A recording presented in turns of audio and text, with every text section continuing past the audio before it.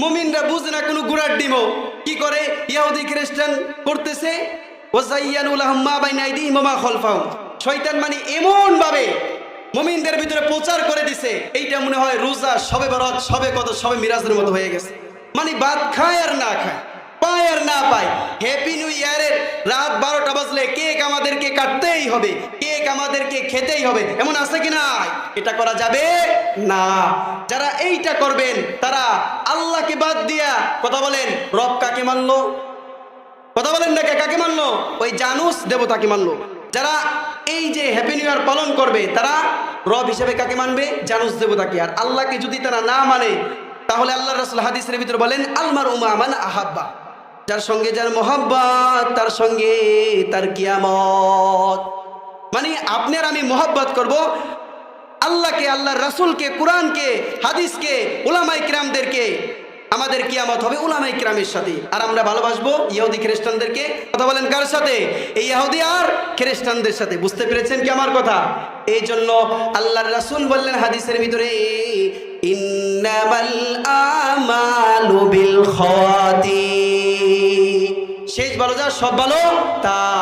অর্থাৎ প্রিয় মুসলিম যুবক ভাইরা, ঈশান নামাজ শেষ হয়ে গেছে, যারা ঈশান নামাজ পড়তে পারেন নাই, ঘুমায় আছেন, মাহফিলে তো আসবেন দূরের কথা, আপনার ঘুমই চোখ থেকে ছাড়তে পারেন নাই, ঘুম থেকে উঠেন, ওযু করেন, নামাজ পড়েন, আল্লাহর কাছে দুইটা হাত তুলে দোয়া করেন, আল্লাহ সারা বছর কিভাবে কাটাইছি আল্লাহ, আজকে শেষ নামাজ পড়লাম এই বছরের।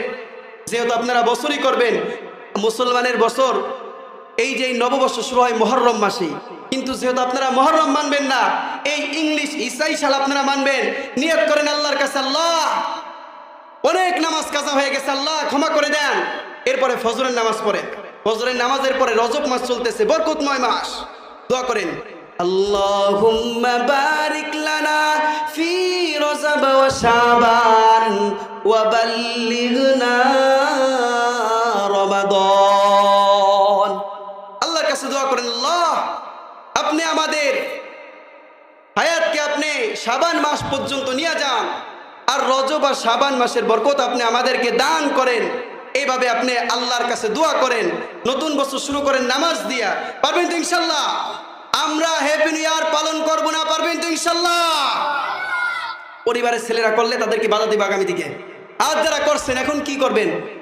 পুনরায় আল্লাহর কাছে তাওবা করেন। আল্লাহ বলতেছেন ফামান তাবা মিন বাদি যুলমিহি ওয়া আসলাহা ফাইন্নাল্লাহা ইয়াতুবু আলাইহি